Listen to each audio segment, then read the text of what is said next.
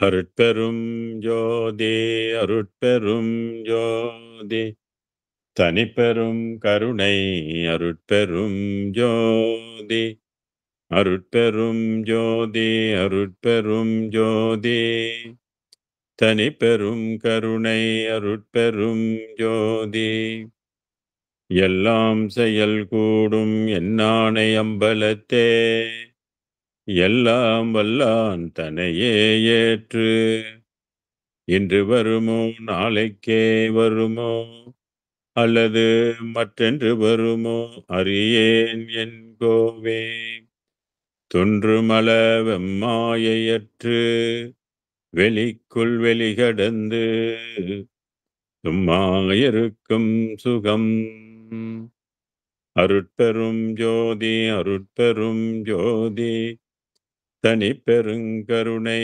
அருட்பெரும் ஜோதி அருட்பெரும் ஜோதி அருட்பெரும் ஜோதி தனிப்பெரும் கருணை அருட்பெரும் ஜோதி எல்லா உயிர்களும் இன்புற்று வாழ்க எல்லா உயிர்களும் அறிவுற்று வாழ்க எல்லா உயிர்களும் தெளிவுற்று வாழ்க எல்லா உயிர்களும் பதமுற்று வாழ்க எல்லா உயிர்களும் நடமுற்று வாழ்க எல்லா உயிர்களும் நிலைவுற்று வாழ்க எல்லா உயிர்களும் ஒழுக்கமுற்று வாழ்க எல்லா உயிர்களும் மும்மலமற்று வாழ்க எல்லா உயிர்களும் ஆன்மலாவும் பெற்று வாழ்க வாழ்க அருட்பெரும் ஜோதி வாழ்க வாழ்க தனிப்பெருங்கருணை வாழ்க வாழ்க அருட்பெரும் ஜோதி வாழ்க வாழ்க தனிப்பெரும் கருணை வாழ்க வாழ்க.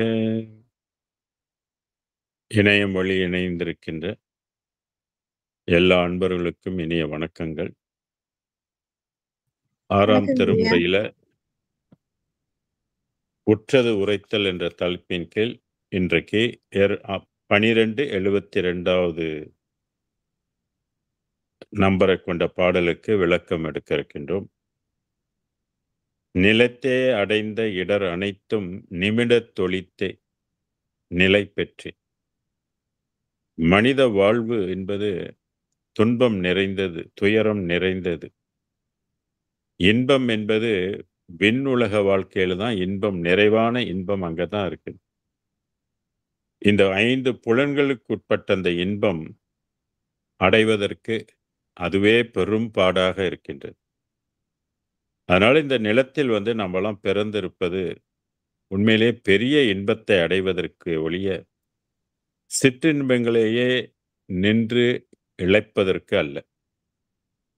எனவே வள்ளல் பெருமான் இந்த பாடலிலே நிலத்தே அடைந்த இடர் அப்படின்னா, இடர்னா துன்பம், அனைத்தும் எல்லா விதமான துன்பங்களும் ஒரு நிமிடத்தில் ஒளிந்து போச்சுன்றார்.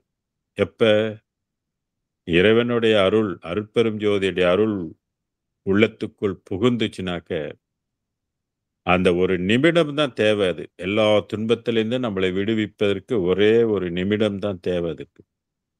அதான் ஒரு நிமிடத்தில் ஒளித்தே நிலை பெற்றேன் அப்படின்னு சொல்றார். பெற வேண்டிய நிலையை வள்ளல் பெருமான் பெற்றுக்கொண்டதாக இந்த வரி நமக்கு உணர்த்துகின்றது. வளத்தே அழியா வரம் பெற்றேன். அதே நேரத்துல வளம், அழியா வரத்தை அது ஒரு வளமாக பெற்றுக்கொண்டேன் அப்படின்றது. எல்லா நிலைகள் பெற்றவர்களுக்கும் அழிவு உண்டு. ஒரு காலத்தில் அழிவு வரும். சன்மார்க்க நிலையை அடைந்தவர்களுக்கு என்றும் அழியாத வரம் அது. அதுதான் அழியா வரம் பெற்றேன் என்று சொன்னார். மணிமன்ற ஏத்தும் வாழ்வடைந்தேன். மணிமன்றம் என்று சொன்னால் பெருவெளி, சமரச சன்மார்க்க வெளியை குறிக்கும். அந்த உலகத்துக்குரிய வாழ்வு அடைந்தேன் அப்படின்னு சொல்றார். ஏன்னா அருட்பெருஞ்சோதியுடைய அருள் பெற்றால் மட்டும்தான் அந்த பெருவெளிக்குரிய வாழ்வு கிடைக்கும். மூலாதாரத்தினுடைய அருளை பெற்றால் பராபரை உலகத்துக்குரிய வாழ்வு கிடைக்கும். இப்படி ஒவ்வொரு உலகத்துக்கும் ஒவ்வொரு அருளியல் நிலை உண்டு. அதான் அருளியல் படிக்கணும் அப்படின்னு நான் சொல்வது உண்டு. ஆக வள்ளல் பெருமானுக்கு கிடைத்த அருள் ஒரு புதுமை. இதுவரையில யாரும் பெறாத எந்த ரிஷிமார்களுக்கும் எட்டாத ஒரு அருளியல் மார்க்கம் இது. அந்த அருள் ஜீவகாருண்யத்தால் பெறுகின்ற அருளாக நாம் பார்க்கிறோம். அதுதான் "மணிமன் ரேத்தும் வாழ்வடைந்தேன்" அப்படின்னு சொன்னாரு. "குலத்தே, சமயக் குழி இடத்தே, விழுந்து இவ்வுலகம் குமையாதே, நலத்தே, சுத்த சன்மார்க்கம் நாட்டான் நின்றேன் அட்டகத்தே." குலத்தே, சமயம் பொய்க்குலத்தில் இல்லாமல் மெய்க்குலத்தில். குலத்தே, சமயக் குழி இடத்தே. சமயம் என்பது 6 வழிபாட்டுகளை உள்ளடக்கியது. கணபத்தியம், கௌமாரம், சௌமாரம், அப்புறம் நாராயணம், அப்புறம் சக்தம், இப்படி சிவம், சிவ வழிபாடு. ஆக மொத்தம் 6 வழிபாடுகள் இருக்குது. சமயம் இது. இதை குழி அப்படின்னு சொல்றாரு. இந்த குழியிலே விழுந்து கிடக்காதீங்க. இதுக்கு அப்பாற்பட்டு ஒரு பேருண்மை ஒன்று இருக்குது. அதிலே விழுந்து கிடக்க வேண்டாம். இந்த உலகமெல்லாம் இப்ப சமய குழியில தான் விழுந்து கிடக்குது. பெரும்பாலான இயக்கங்கள் எல்லாம் இந்த நம்மளை சமய குழியிலேயே வைத்து நம்மள அப்படியே மூடிக்கிட்டு இருக்கிறாங்க. இதிலிருந்து நம்ம எழு வேண்டும். எழுவதற்கு அறிவு துணை வேண்டும். தெளிவு வேண்டும். 6ஆம் திருமுறையை படிக்க வேண்டும். உண்மையை அறிய வேண்டும். உண்மையை நாட வேண்டும். உண்மையை எடுத்துரைக்க வேண்டும். அப்பொழுதும் சமய குழியிலிருந்து எழ முடியும். இல்லைன்னா அதிலேயே விழுந்து கிடக்க வேண்டியதான் கிணத்து தவளை போல. நாம் நினைப்பது போல இல்ல இந்த பிரபஞ்சம். இந்த பிரபஞ்சம் பல ஏமாற்றுகளை எல்லாம் பண்ணிக்கொண்டே போகுது. விரிந்து கொண்டே போகுது அது. இதுவரையிலே தன்னை காட்டாமல் ஒளித்துக் கொண்டு 7 திரைகளை போட்டு மூடிக்கொண்டு நவகோடி சித்த ரிஷிகணங்கள் அறிவுக்கும் எட்டாத ஒரு உலகமாக நித்திய உலகம் இருந்திருக்குது. அதுவாக வள்ளல் பெருமானை ஆட்கொண்டு தன் உலகத்தை அது வெளிப்படுத்துகின்றது. இந்த உண்மையை நாமெல்லாம் புரிந்து கொள்ள வேண்டும். கடவுளே தன்னை மறைத்துக் கொண்டான். யார் என்ன செய்ய முடியும்? அவன் போட்ட மறைப்பை அவனுடைய அருளின்றி யாரால் திறக்க முடியுமா? அவனின்றி அருளால் அன்றி அணுவும் அசையாதுன்னு சொல்லுவான். அதுபோல மறைத்தவன் தன்னை மறைத்துக் கொண்டு பல கோடி ஆண்டுகளுக்கு பின்னால் முதலாக வள்ளல் பெருமானை ஆட்கொண்டு அவன் உலகத்தை, அவன் இன்பத்தை, அவன் அறிவை அவன் வெளிப்படுத்துகின்றான் இந்த உலகத்துக்கு. இனி இந்த உலகம் அந்த வழியில தான் போய் உய்யணும், இல்லைன்னா இங்கே கிடந்து சாகணும் அப்படின்னு விதிக்கப்பட்டிருக்கு. அப்ப நம்ம ஒரு முடிவு எடுக்கணும். நம்ம சமய குழியிலே இருக்க போறோமா, இல்ல சமயத்தை கடந்து போவோமா அப்படின்னு போகணுமா அப்படின்றத அவரவர் முடிவு எடுக்கணும். அந்த முடிவு எடுப்பதற்கு முன்பால உங்களுக்கு தெளிவு வேணும். ஏன் இத விட்டுட்டு நான் போகணும் அப்படின்றது, ஏன் இத விட்டுட்டு நான் வேறொன்றை கடைப்பிடிக்கணும் அப்படின்றத நீங்கள் தெள்ளத் தெளிவாக தெளிஞ்சிருந்தா தான் திருப்பியும் போய் அதுல விழுவ மாட்டீங்க. இப்படி அரை குறையுமா சன்மார்க்கத்துக்குள்ள வந்துட்டீங்கன்னாக்கா, அப்புறம் பிற்பாடு அந்த சமய குழியில போய் விழுவதற்கும் நிறைய வாய்ப்புகள் இருக்கு. இதெல்லாம் தெரிஞ்சு கொள்றதுக்கு நல்ல ஒரு ஆசான் அமையணும். அவங்களுடைய தெளிவுரைகள் எல்லாம் கேட்கணும். 6ஆம் திருமுறைய படிக்கணும். இந்த மாரி வள்ளல் பெருமான் சமயத்தை சாடி 6ஆம் திருமுறையில பல்வேறு பாடல்கள அமைத்திருக்கிறாரு. எல்லா பாடல்களையும் எடுத்து ஆய்வு செய்து பார்க்கணும். அப்பதான் நமக்கு புத்தி தெளிவு கிடைக்கும். ஆக சமயம் வள்ளலார் சாதியும், மதமும், சமயமும் பொய்யென ஆதியில் உணர்த்திய அருட்பெரும் ஜோதி அப்படின்றும் சொல்லியிருக்கிறாரு அகவல். சமய மதமெல்லாம் பொய் பொய்ய அதில் புகுதாதீர் என்று நமக்கு எச்சரிக்கின்றார். அப்ப எது உண்மை, எது உண்மையாக இருந்து ஒரு காலத்தில் பொய்த்துவிடும் என்பதை நாம் தெரிந்து கொள்ள வேண்டும். ஆக தொன்மையானது தொன்மையானது என்று நம்மளுடைய வாழ்க்கையை நாம் தொலைத்து விடக்கூடாது என்பதில் நாம் கவனமாக இருக்க வேண்டும். கால தத்துவத்துக்கு ஏற்ற மாதிரி வருகின்ற அருளியலை பற்றி நாம் சிந்திக்க வேண்டும். அதனால குலத்தே, சமய குழி இடத்தேனது. இந்த குலம் என்பதற்கு மனித குலம்னு கூட எடுத்துக்கொள்ளலாம். ஏன்னா திருப்பி திருப்பி நம்ம மனித குலமாவே எடுத்துக்கொண்டே இருக்கிறோம். இறப்பு, பிறப்பு, இறப்பு, பிறப்பு என்று இந்த மனித குலத்தை எடுத்துக்கொண்டிருக்கிறோம். அப்ப இந்த இந்த மனித குலத்துல எடுத்து 6 சமய குழிகளவே விழுந்து கிடக்கிறோம். அதுதான் உண்மை, அதுதான் இறுதி முடிவுன்னு நம்ப முடிவு பண்ணி கொண்டு இருக்கிறோம். படைத்தவன் என்ன முடிவு வச்சிருக்கானோ அதை பற்றி சிந்திக்கணும். விழுந்து இவ்வுலகம் குமையாது.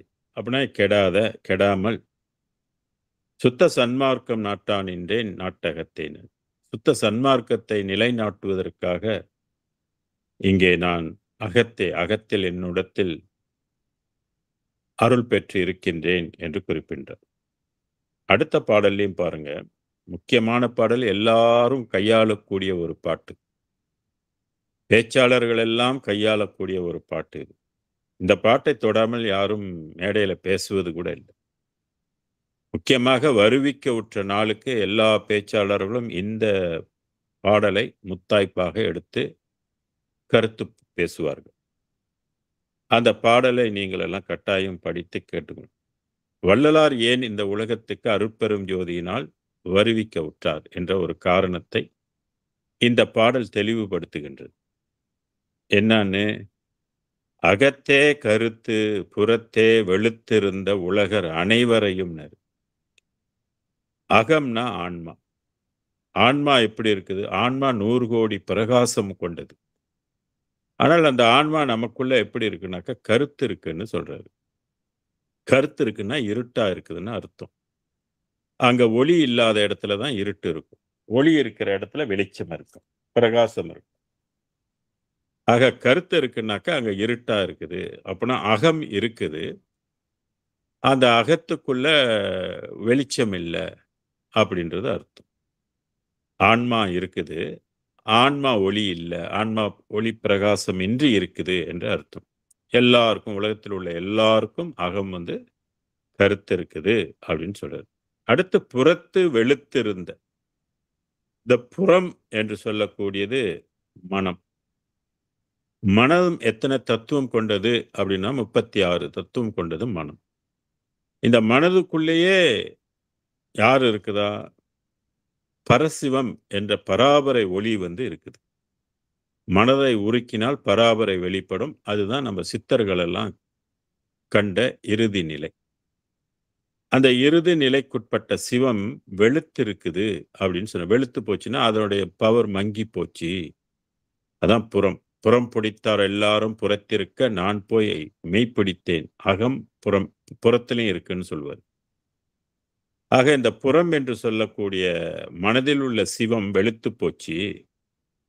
உலகர் அனைவரையும் ஜகத்தே திருத்தி. இதை திருத்தம் செய்ய வேண்டும். உள்ளத்தை திருத்தம் பண்ண வேண்டும். திருத்தி அமைக்க வேண்டும். மோடிஃபிகேஷன் சொல்றது இது. திருத்தி என்றால் அது முறை மாற்றணும். வெளிச்சமின்றி இருக்கின்ற, இருளாக இருக்கின்ற ஒரு இதை அதை ஒளியாக மாற்றி அமைக்க வேண்டும். அதான் உலகர் அனைவரையும் ஜகத்தே திருத்தி சன்மார்க்க சங்கம் அடைவித்திட. எல்லாரும் இறுதி முடிவாக எங்க போய் சேரணும், எல்லா ஆன்மாக்களும் எங்க போய் சேரணும் அப்படின்ற இந்த டெஸ்டினேஷன் சொல்லுவாங்க. இப்ப மண்ணுலகத்துல இருந்து நம்ம ஓரறிவுல இருந்து தாண்டி 2 அறிவு தாண்டி 3 அறிவு தாண்டி 4 தாண்டி 5 அறிவு தாண்டி இப்ப 6 அறிவு உள்ள மனித குலமாக நம்ம இருக்கிறோம் இல்லையா? அடுத்து நம்ம எங்க போகணும் அப்படின்றது ஒரு முறை இருக்குது. விண்ணுலகத்துல போய் வாழணும். அதுதான் நித்தியமான வாழ்க்கை. விண்ணுலகத்திலும் எல்லா விண்ணுலகத்தும் போகக்கூடாது. எல்லா உலகத்துக்கும் மரணம் என்பது உண்டு. இவன் சித்தர்கள் சென்ற உலகம் கூட நம்ம போக வேணாம் இனிமேல. அங்க போக வேண்டிய பயிற்சிகள் எல்லாம் தேவையில்லை. மூச்சு பயிற்சி எல்லாம் தேவையில்லை. மூலக்கணலை எழுப்ப வேண்டிய அவசியம்லாம் இல்லை. அதையும் கடந்து என்றும் இரவாத ஒரு நிலைக்குரிய வாழ்வு ஒன்று இருக்குது. அந்த உலகத்தை அடைய வேண்டும் என்பது இறைவன் படைத்த எல்லா உயிர்களுக்கும் பொதுவான ஒரு விதியாக அது அமைக்கப்பட்டிருக்கு. சித்தர்கள் கூட அந்த உலகத்துக்கு தான் போய் வாழணும். அதான் உவகத்தே ஒளியாகி ஓங்குகின்ற தெய்வம். சேர்பெரிய அறிஞரெல்லாம் சேர்பெரிய இடம் சொல்வது. நிறைய பாடல்கள் சான்றாக இருக்குது. டெஸ்டினேஷன் குறிப்பிட்டிருக்காங்க. எங்க போய் நம்ம போய் அடையணும், எங்க போய் வாழ்வு முடிக்கணும் அப்படின்றது. நித்தியமான வாழ்வை எந்த உலகத்தில் போய் பெறணும் அப்படின்றது.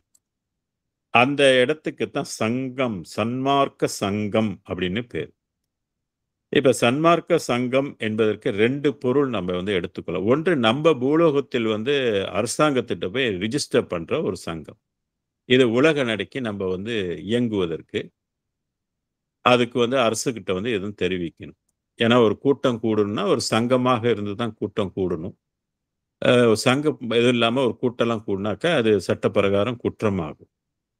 அப்புறம் அந்த சங்கத்துக்குன்னு தலைவரு, துணைத் தலைவரு, பொருளாளரு, காரியதரிசி இப்படி மெம்பர்ஸ் எல்லாம் அதுக்குள்ள ஒரு 7, 8 பேரெல்லாம் இருப்பாங்க. அதுக்குரிய மெம்பர் எல்லாம் இருப்பாங்க. அந்த சங்கத்துக்கு கீழ பல மெம்பர் இருப்பாங்க. இது உலக நடைக்குரிய சங்கம். இங்கே வள்ளல் பெருமான் சொல்லுகின்ற சன்மார்க்க சங்கம் தன்னை அடைவித்திட அப்படின்னு சொன்னாக்க, ஸ்பேஸ் உலகத்தை வந்து அடைவித்திட. மண்ணுலகத்திலிருந்து ஸ்பேஸ் உலகத்துக்கு, அதாவது வெளி உலகத்தில போய் வாழ்வதற்கு அதை சொல்லுகின்றார் என்பதை நாம் புரிஞ்சுக்கலாம். அதான் 2 விளக்கம்னு நான் சொன்னேன். ஒன்று வந்து பூத விளக்கம். இன்னொன்னு வந்து ஞான விளக்கம். இந்த ஞான விளக்கம் என்பது ஞான உலகத்தில் போய் வாழ்வு அடைவிக்கிறது. நம்மளெல்லாம் கொண்டு போய் சேர்ப்பது. திருத்தி சன்மார்க்க சங்கம் அடைவித்திட, அவரும் இகத்தே பரத்தை பெற்று மகிழ்ந்திடுந்திருக்கின்றே. இகலோக வாழ்வும், பரலோக வாழ்க்கையும் பெறுவதற்கென்றே, எனை இந்த யுகத்தை இறைவன் வருவிக்க உற்றேன். உகத்தே என்றால் யுகம் என்று அர்த்தம். என்னை இந்த யுகம் 19ஆம் நூற்றாண்டுல, அதுவும் கலிகாலம் தான். இந்த கலிகாலம் என்ற ஒரு யுகத்துல இறைவன் என்னை இந்த உலகத்துக்கு வருவிக்க உற்றேன். அருளை பெற்றேன்னர். அருளை எப்படி பெற்றாரு அப்படின்றதுக்கு அதுக்கு நம்ம ஒரு சிந்தனையோடு இத தேடணும். ஜீவகாருண்ய ஒழுக்கம் எழுதியிருக்கிறாரு. 3 பாகம் எழுதியிருக்கிறாரு. 3 பாகத்துல வந்து அருளை எவ்வாறு பெறக்கூடும் என்பது ஜீவகாருண்ய ஒழுக்கத்தினால் பெறக்கூடும் அல்லது மற்றொன்றால் பெறக்கூடாமை. இது எனது அனுபவம் என்று குறிப்பிடுவார். ஆக சித்தர்கள் அருளை பெற்ற முறை வேறு. பராபரை பராபரை உலகத்துக்குரிய அருளை மூலாதாரத்திலிருந்து டெப் பண்ணாங்க. ஆனா வள்ளல் பெருமான் அதையும் கடந்த உலகத்தை அடைவதற்குரிய அருளை ஜீவகாருண்யத்தின் வழிதான் பெற்றார். அதான் கருணையும் சிவமும் பொருளென காணும் காட்சியும் பெருக மற்றெல்லாம் இருள் நெறி என எனக்கு அறிவித்த வண்ணம் பெற்றிருக்கின்றேன். ஆக இந்த இடத்துல வந்து ரொம்ப முக்கியமான பாடல் இது. ரொம்ப சிந்திக்க வேண்டிய ஒரு பாடல் இது. அருளை பெற்றேன் அப்படின்னு சொல்வார். அதனால நம்ம தவறாக மற்றவங்க பெற்ற அருளையும் வள்ளலார் பெற்ற அருளையும் ஒப்பீடு செய்து தப்பு பண்ணக்கூடாது. வள்ளலார் பெற்ற அருள் வந்து வேறு. பெருவெளிக்கு சமரச சுத்த சன்மார்க்கத்துக்குரிய அருள். அதுக்குரிய தெய்வமும் அருட்பெருஞ்சோதி ஒருவர் மட்டுமே. அந்த ஒரு அருட்பெருஞ்சோதி பல ஜோதிகளாக பிரிந்திருக்கலாம். ஆனால் எது உண்மை, எது நித்தியம், எது ஆரம்பமானது? அதுதான் ஆதியும் அந்தமும் அறிந்தனை நீயே ஆதியென்று அருளிய அருட்பெருஞ்சோதி. இந்த சிற்ஜோதி இயல் உரு ஆதி அந்தமென்று அருளிய அருட்பெரும் ஜோதி. ஆரம்பமும் இதான், முடிவும் இதான். அதனால இந்த பாடல்ல அகத்தே கருத்து புறத்து வெளுத்திருந்த உலகர் அனைவரையும் ஜகத்தே திருத்தி சன்மார்க்க சங்கம் அடைவித்திட, அவரும் இகத்தை பரத்தை பெற்று மகிழ்ந்ததற்கென்றே இந்த யுகத்தை இறைவன் வருவிக்க உற்றேன், அருளை பெற்றேன் அப்படின்னு சொன்னார். வந்த நோக்கத்தை வந்து சொன்னார். அப்ப நம்மளும் இந்த மாதிரி அருளை பெற முயற்சிக்கணும். அதனால்தான் ஜீவகாருண்ய ஒழுக்கத்தை நாம் கடைபிடிக்க வேண்டும். உயிர் கருணையே கடவுள் வழிபாடு. ஜீவகாருண்யமே ஞான வீட்டுக்கு திறவுகோல் என்றார் வள்ளலார். அறிவு விளங்கிய ஜீவர்களுக்கெல்லாம் ஜீவகாருண்யமே கடவுள் வழிபாடு என்று சொன்னார். ஜீவகாருண்யம் இல்லாமல் செய்கின்ற தவம், தானம், தர்மம் எல்லாமே வந்து பயனற்றது என்று சொல்வார். யோகம் எதுவுமே செய்யறதெல்லாம் வந்து அது பயன் தராதுன்னு. ஆக உண்மையான தவம் என்னன்னு கேட்டீங்கன்னா உயிர் இரக்கம் தான். உயிர் இரக்கம் அவ்வளோ பெரியது. பூமியை விட வையகத்தை விட வானகத்தை விட பெரியது என்று வள்ளல் பெருமான் குறிப்பிடுவார். ஆக இது ஒரு இந்த தவத்தை வள்ளல் பெருமான் செய்த தவத்தை பிரம்மா, விஷ்ணு, ருத்ரன்லாம் வியந்து போய் கேட்டிருக்கிறாங்க அவர்கிட்ட. என்ன தவம் நீ பண்ணன அப்படின்னு வள்ளலாரை வினவி இருக்கிறாங்க. அந்த அளவுக்கு உலகத்தில் வந்து யாரும் செய்யாத பூஜை, அதான் பண்ணாத பூசையிலே வள்ளல் பெருமான் செய்த தவம் பலித்ததுன்னு பூசை பலித்ததுன்னு. ஆக அந்த பூசை என்ன அப்படின்றத நம்ம சிந்தித்து அறிய வேண்டும். அடுத்து 1274ல கடைசி பாடல். பெற்றேன் என்றும் இரவாமை. உலகத்தில் தோன்றிய உயிர்கள் எல்லாம் அது பெற்ற உடம்பை வந்து இழந்துவிடும். அது மரமா இருந்தாலும் சரி, நாயா இருந்தாலும் சரி, பூனையா இருந்தாலும் சரி, மனிதனா இருந்தாலும் சரி, எல்லாமே வந்து இந்த பூமியில் யாரும் நிலைத்து வாழ முடியாது. இருந்தாலும் மனிதன் அதை யாரும் யோசிப்பது கிடையாது. வந்துட்டோமா, அப்படி இவன் வாழ்வான்னு நெனச்சுக்கிட்டு வாழ்ந்து கொண்டிருப்பான். இதுக்கு பேர் தான் மயக்கம்ன்றது. "மாயப் பிறப்பறுக்கும் மண்ணடி போற்றின்று" மாணிக்கவாசகர் வடிவார். ஆக இது இந்த பிறப்பே ஒரு மாயை பிறப்பு. அடுத்தவரு தினமும் இறந்தாலும், அத பார்த்துட்டு மனம் வந்து கொஞ்சம் கூட சிந்திக்காது. கொஞ்சம் கூட கவலைப்படாது. "ஐய்யய்யோ! நாளைக்கு நானும் இப்படித்தான் செத்து போகணும். இதுக்கு என்ன வழி? இதுலேருந்து நான் தப்பிக்கிறதுக்கு என்ன வழி?" அப்படின்ட்டு இந்த மனம் வந்து தேடாது. தேடினா மனிதன். தேடலன்னா இன்னும் மனிதனாக்க அவன் வரலன்னு அர்த்தம். மனித சொரூபத்துல இருக்கிறான். அதுதான் மனிதரிலே பறவையுண்டு, விலங்குண்டு, கல்லுண்டு, மரமும் உண்டு. மனிதரிலே நீர்வாழ் ஜாதி உண்டு. அநேக குல மனிதர் உண்டு. மனிதரிலே மனிதர் உண்டு. வானவரும் மனிதராய் வருவதுண்டு. மனிதரிலே பிறப்பறுக்க வந்ததே அருமை என வகுத்தார் முன்னோர்னர். ஞானிகள்லாம் யாரு வந்து பிறப்பை அறுக்க முயற்சிக்கின்றா, அந்த பிறப்பு தான் அருமையான பிறப்புனர். பிறப்பென்னும் திருவள்ளுவரும் அதானே சொன்னாரு. பிறப்பெனும் பேதமை நீங்க சிறப்பெனும் செம்பொருள் காண்பது அறிவு. பிறப்பை வந்து பேதமையினர், மடமை. போன ஜென்மத்தில நம்ம அடைய வேண்டிய இடத்த அடையல, மறுபடியும் இப்ப பிறந்துட்டோம். இப்ப நம்ப பல உயிர்களையும் கொண்டு வந்திருக்கோம். அதுங்கலாம் அடையணும் இல்லையா? அதனால அதுக்கு என்ன நம்ம கற்பிக்கணும்? ஞான வழிகளை கற்பிக்கணும். சமயத்த போதிச்சிட்டு இருந்தா மாட்டிக்க வேண்டியதுதான். திருப்பியும் குழியில விழ வேண்டியது. சன்மார்க்கம் என்பது நமக்கு கிடைத்து 200 ஆண்டுகள் ஆயிடுச்சு. அப்டேட்டட் ஞானம் இது. ஸோ அன்பர்கள் எல்லோரும் இந்த ஞானத்தை உற்று பார்க்க வேண்டும். உற்று சிந்திக்க வேண்டும். ஆக பெற்றேன் என்றும் இரவாமை என்கின்றார். அப்ப மனிதன் இரவாமை என்ற ஒரு நிலையை வந்து அடைய வேண்டும். எத்தன தடவ தான் இறக்கறது? யோசிக்கணும்ல. எத்தன தடவ தான் நம்மள கொண்டு போய் எரிப்பான்? எத்தன தடவ தான் பொட்டியில வச்சு தூக்குவான்? சொல்லுங்க. எத்தன தடவ வந்து திருப்பி கருப்பையில போய் பிறக்கிறது? ஆனா பிரம்மன் சலிக்கிறானா? அப்படின்னா பிரம்மன் சலிக்கவில்லை. எத்தன கோடி பிறவி எடுத்தும் பிரம்மன் சலிக்கவில்லை. ஆனா எப்படியோ மனிதன் வந்து இறைவனை அடையணும்னு அந்த தேடல் எல்லாத்துக்கும் இருந்து கொண்டு தான் இருக்கு. ஒரு சிலருக்கு தேடல் இல்லாம இருக்கலாம். ஆனா பல பேருக்கு தேடல் இருக்குது. அதனால தான் சிவவாக்கியார் சொன்னார், "ஓடி ஓடி ஓடியே உட்கலந்த ஜோதியை நாடி நாடி நாடியே நாட்களும் கழிந்து போய் வாடி வாடி வாடியே மாண்டு போன மாந்தர்கள் கோடி கோடி கோடியே எண்ணிறைந்த கோடியேனர். கோடி கோடி கோடியே குவளையத்தோர் ஆதியை நாடி நாடி நாடியே நாளகன்று வீணதாய் தேடி தேடி தேடியே தேகமும் கசங்கியே கூடி கூடி நிற்பர் கோடி கோடி கோடி." எல்லாம் சங்கம் அமைச்சுக்கிட்டு எல்லாம் கூட்டம் கூட்டமா இருப்பாங்க. ஒவ்வொரு தெய்வத்துக்கும் ஒவ்வொரு சங்கங்கள் இருக்கும். சங்கம் அமைச்சு என்ன பண்றது? சாகறதுக்கு தான் சங்கம் அமைச்சிருக்கிறாங்க. வாழ்வதற்கு வள்ளல் பெருமான் காட்டுகின்ற ஜீவகாருண்ய ஒழுக்கத்தை வந்து கடைபிடிக்கணும். வெறும் சங்கத்துல சேர்ந்துட்டா மட்டும் உடனே மரணத்தை தவிர்த்து விட முடியாது. அதனால தான் சரியான வழிகள் நமக்கு தெரிய வேண்டும். எப்படி பிறப்பை ஒழிப்பது?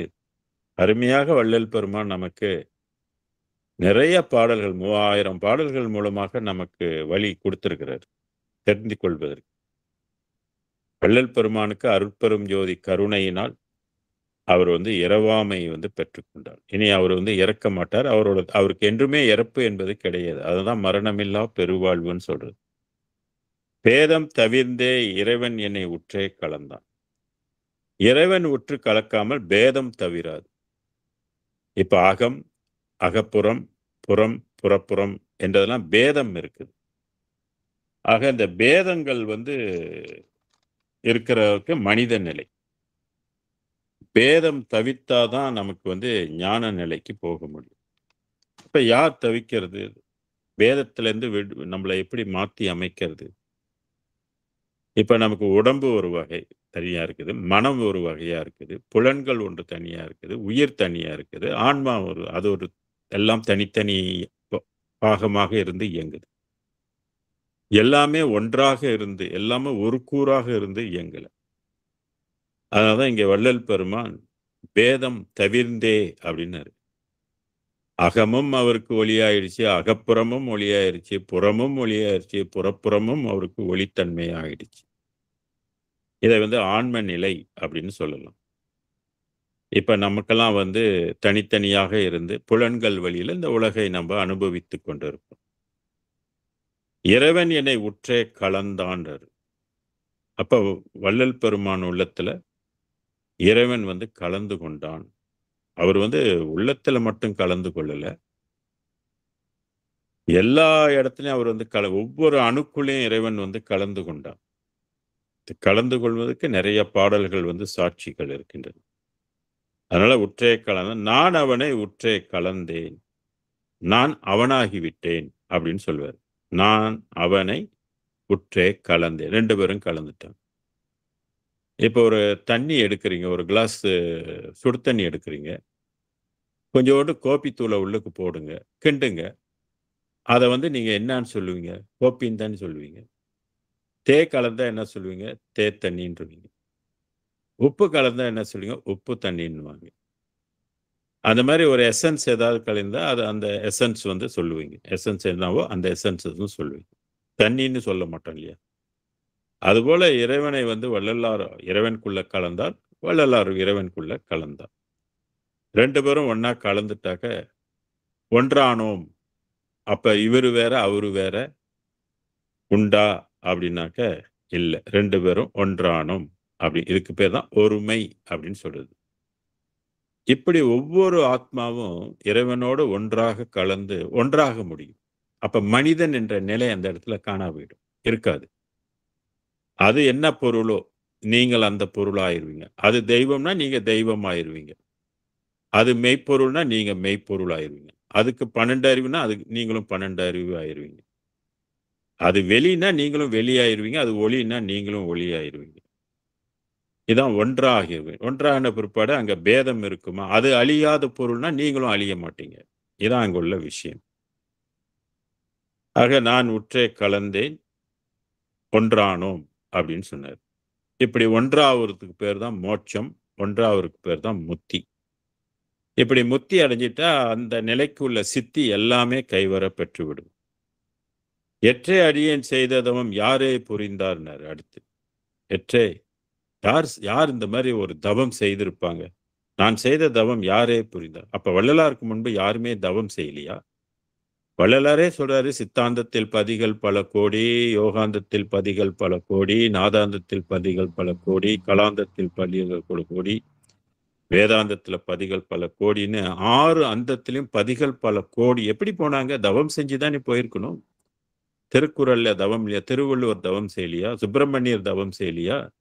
அருணகிரிநாதர் தவம் செய்யலையா? இப்படி எல்லாரும் தவம் பண்ணியிருக்கிறாங்க.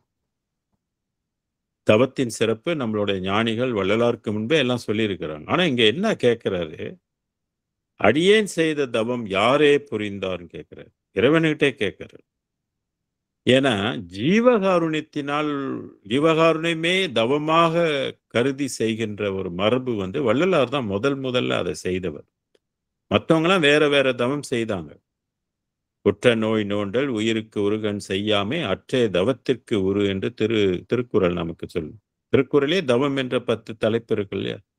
கூற்றமும் குதித்தலும் கைகூடும் நோற்றலின் ஆற்றல் தலைப்பட்டிருக்கு. யமனை வெல்லலாம்னு சொல்லுவார். தவம் செய்தால் யமனை வெல்லலாம். அவங்க செய்த தவம் வேறு, வள்ளல் பெருமான் செய்த தவம் வேறு. இது வந்து ஜீவகாருண்யம். அது வந்து வாசி பயிற்சி செஞ்சிருக்கிறார். ஆக செய்த தவம் யாரே பொருளார். இன்னமுதம் உற்றே அமுதம். வள்ளல் பெருமானும் அமுதம் உண்டுதான் வளர்ந்திருக்கிறார். உற்றே உலக நீவரெல்லாம் வாழ்க வாழ்க துணி அற்றே. துணினா துன்பம். பெரும் துன்பம். அந்த உலக வாழ்க்கை என்பது பெரும் துன்பம். கடைசியில என்ன என்ன லாபம்? மரணம் தான் நமக்கு லாபமாக இருக்கின்றது. அது நட்டம் இல்லையா? இது வாழ்வதற்கு ஒரு பூமி இல்லைன்றது கூட நமக்கெல்லாம் தெரிய வேணாமா? ஒரு நாளைக்கு எத்தனை உயிர்கள் போகுது, எத்தனை உயிர்கள் பிறக்குது. நிலையில்லாத உலகத்துல நம்மலாம் வாழ்ந்து கொண்டிருப்போம். நிலைத்து வாழ்வோம் என்ற ஒரு அற்ப வாழ்க்கையை நம்பி வாழ்ந்துட்டு இருக்கோம். எல்லா வயதிலும் பார்த்தீங்கன்னா, இறப்பு நடந்து கொண்டே இருக்கு. இந்த வயது கடந்து தான் இறப்பு வரும்ன்ற ஒரு சட்டம் கிடையாது இந்த உலகத்தில். குழந்தை பருவத்திலயும் இறக்குது, குழந்தை வளரும்போதும் இறக்குது, பள்ளிக்கூடத்துக்கு போகும்போதும் இறக்குது, அப்புறம் கல்யாண பருவத்தில இறக்குது, கல்யாணம் பண்ணி இறக்குது, வேலைக்கு போய் இறக்குது, வேலை செய்ற இடத்துல இறக்குது, இல்லைங்களா? பல்வேறு வகையில இறப்பு நடந்து கொண்டே இருக்கு. நோய் இறக்குது, நோய் இல்லாமலும் இறக்குது, வயதானா இறக்குது, போர் வந்தா இறக்குது, பல பல கிருமிகள் தாக்கி இறக்குது, சளி அடைச்சுக்கிட்டு இருக்கு, ஆஸ்மான்னு மூச்சு விட முடியாம இறக்குது. இப்படி இறப்பு 1, 2 இல்ல. பல வகைகள்ல இறப்பு, இறப்பு, இறப்புன்னே இந்த உலகம் இருந்து கொண்டிருக்கு. எங்க வாழ்றது? எங்க சந்தோஷமா வாழ்வது? வாழ்வதற்கு இந்த பூமி தானா? என்ற ஒரு கேள்விய நமக்கெல்லாம் எழுப்பலையா? எழுப்புனா சிறப்பறிவு. அந்த மாரி இது எலும்புலன்னா தேய்ந்த அறிவுன்னு சொல்றது. அப்பன்னா இன்னும் நம்ம விழிப்படையல. இன்னும் தூங்கிட்டு இருக்கிறோன்றது அர்த்தம். அதுக்கு தான் இந்த வேதங்களை எல்லாம் படிக்கணும். வேதம் நமக்கு நெறைய புத்திமதிகள் எல்லாம் சொல்லும். அலர்ட்டா இருக்கிறதுக்கு வழி பிறக்கும். நெறைய பாடல் சித்தர்கள் எல்லாம் குடுத்திருக்கிறாங்க. இந்த பூமி வாழ்க்கையின் லட்சணத்தை பற்றி சொல்லியிருக்கிறாங்க. அதனால "இன்னமுதம் உற்றே அமுதம் உண்டாமல் போக முடியாது. உலகே நீவரெல்லாம் வாழ்க, வாழ்க துணி அற்றேனர்." வள்ளல் பெருமான் ஆசைப்படுகிறார். நம்பலாம் துன்பம் இல்லாமல் இன்பமாக வாழணும் அப்படின்னு ஆசைப்படுறாரு. அதுக்குரிய வழிகளை எல்லாம் சொல்றாரு. அதுக்கு எந்த அருளை பிடித்து நம்மலாம் உய்யணும். ஏன்னா, மனிதன் மட்டும் தான் இத பற்றி சிந்திக்கவே முடியும். இத பற்றி பேச முடியும். வேற எந்த உயிர்ப்பு எடுத்திருந்தாலும் 5 அறிவு இருந்தாலும் சான்ஸ் இல்ல. ஆக 6 அறிவு உள்ள மனிதனுக்கு மட்டும் தான் இத பற்றி சிந்திக்கணும். சும்மா சாப்பிட்டுட்டு, சாப்பிட்டுட்டு தூங்கிட்டு வேலைக்கு போனோம், வீட்டுக்கு வந்தோம், படம் பார்த்தோம், தூங்குனோம். அப்புறம் காலையில எந்திரிச்சோம், வேலைக்கு ஓடுனோம், திருப்பி வந்தோம், மத்த வேலைய பார்த்தோம், தூங்குனோம். இதே பொழப்பா இருக்கு. கொஞ்சம் சிந்திக்கணும் நம்ப. இந்த வாழ்க்கையினுடைய முடிவு என்ன? எவ்வளோ காலத்துக்கு நம்ப உற்சாகமா வாழ முடியும்? எவ்வளோ காலத்துக்கு நம்ம ஆரோக்கியமா வாழ முடியும்? என்ன நடக்குது? என்ன நடக்கப் போகுது? அப்படிலாம் முன்கூட்டியே சிந்தித்து, கிடைத்திருக்க இந்த பிறப்பை நம்ம பயனுள்ள பிறப்பாக மாற்றிக்கொள்ள வேண்டும். மறுமை இன்ப வாழ்வுக்கு நம்ம இப்பயே வித்திடணும். மறுமை இன்பம் என்பது எல்லோருக்கும் உண்டு. மறுமை வாழ்வு என்று எல்லோருக்கும் உண்டு. அந்த மறுமை வாழ்வுக்கு உரிய அஸ்திவாரத்த நம்ம இந்த ஜென்மத்தில போடலன்னா, நம்ப தோத்துடுவோம். இழந்துருவோம். பெற வேண்டியதை இழந்துருவோம். நாம் செய்த பாவமும், புண்ணியமும் நமக்கு கூட வரும் என்பது நாம் தெரிந்திருக்க வேண்டும். அதனால பிறவி மனிதனுக்கு இறைவன் கொடுத்தது வேறொரு உலகத்துல போய் வாழ்வதற்கு, நித்திய வாழ்வு, பேரின்ப வாழ்வு வாழ்வதற்கு தான் இந்த உடம்பை அவன் குடுத்திருக்கிறான் அப்படின்னு தெரியுது. ஆனா அந்த சமய மதங்கள்லாம் அத மறைத்து, இங்க நல்லா வாழ்றதுக்கு இதெல்லாம் பேசிட்டு இருக்கு. இங்க இங்க நல்லா வாழணும், இங்க நல்லா இருக்கணும், இங்க தீர்க்க ஆயுளா இருக்கணும், இங்க நோய் இல்லாம வாழணும்னு சொல்லிட்டு நம்மளெல்லாம் ஏமாத்திக்கிட்டு இருக்கு சமய மதங்கள். உண்மையிலே இங்க நம்ம நிச்சயமா வாழ முடியாது. ஆரோக்கியமா வாழ முடியாது. ஏன்னா, இந்த சரீரம் எடுத்தால் 4448 வகை நோய்களுக்கு ஆட்படக்கூடிய உடம்புன்னு நமக்கு சித்தர்கள் எல்லாம் சொல்லிட்டாங்க. அதனால எச்சரிக்கையா இரு. இருக்கிற காலத்துல உடம்ப ஆரோக்கியமா வச்சுக்கிறதுக்கு ஆரோக்கியமான உணவை உட்கொண்டு, கடவுளுடைய அருளை பெறுவதற்கு முயற்சி செய் என்று நமக்கு கற்பிக்கப்பட்டிருக்கு. இதிலிருந்து நம்ம தவறணும்னு சொன்னாக்க, நிச்சயமாக அதுக்குரிய தண்டனையை நம்ம அனுபவித்தே ஆகணும். சரி, அடுத்த அனுபவ சித்தி என்ற 91வது அதிகாரத்துக்குள்ள நம்ம போகும். "அப்பா எனக் கேட்பில் வைப்பாய் இருக்கின்ற ஆரமுதே." இறைவனை அப்பான்றாரு. உயிர் குடுத்தவர் இல்லையா? இந்த உலகத்துல நீங்க வாழ்றதுக்கு யாரு அப்பா தெரியுங்களா? ஒரு அப்பா பூமியில அந்த உயிரை தாங்கி இருப்பதற்கு ஒரு அப்பா. உயிர் கொடுத்த அப்பா ஒண்ணு இருக்கிறாரு. அவர் கண்ணுக்கு தெரிய மாட்டாரு. அந்த அப்பாவ நெனச்சு தான் கல்யாணம் பண்ணும்போது பாத பூஜை செய்யறது. இந்த உலகத்துல என்ன கொண்டு எனக்கு இந்த உடம்ப குடுத்து, இப்ப நான் வாழ்வதற்கு எனக்கு ஒரு வழி அமைத்து குடுக்கிறேன்னு சொல்லி, அப்பாவுடைய கால நம்ம ஏன் தண்ணி ஊத்தி, பால் ஊத்தி, குங்குமம் பொட்டெல்லாம் வைக்கிறோம்னாக்க, இந்த கண்ணுக்கு தெரியாத அப்பாவ மதிப்பது தான் இந்த கால தொட்டு செய்ற பூஜைகள். பாத பூஜைன்னு அதுக்கு பேரு. அவருக்கு பேரு அப்பா. அதனால வள்ளல் பெருமான் அப்பான்னுவாரு. சில இடத்துல தாயே, தந்தையே என்று சொல்வாரு. ஒரு ஒளி சொரூபமானது தான் நமக்கு தாய், தந்தை. உண்மை தாய், தந்தை. அதனால அப்பா எனக்கு எய்ப்பில் வைப்பாய் இருக்கின்ற ஆரமுதே. ஏய்ப்பில்னா எனக்கு எட்டக்கூடிய இடத்தில் ஏற்கனவே வைப்பாக இருக்கின்ற ஆரமுது. ஆரமுது என்பது உன்னதமான அமுதம். உண்டு உயிர் வாழ்வதற்குரிய அமுதம். இங்க எவ்வளவுதான் நம்ம சுட சுட சாப்பிட்டாலும், புதுசு புதுசா சாப்பிட்டாலும் உடம்பு பழசாகிக்கிட்டே போகும். புதுசா வராது. பழமையா போயிடும். ஆனா ஆரமுதன்னு சொல்லக்கூடிய அமுதம் உண்டால் அப்படி அல்ல. அது அறிவும், அழியாத உடம்பும் சேர்ந்து வளரும் அது. அது எங்க இருக்குது?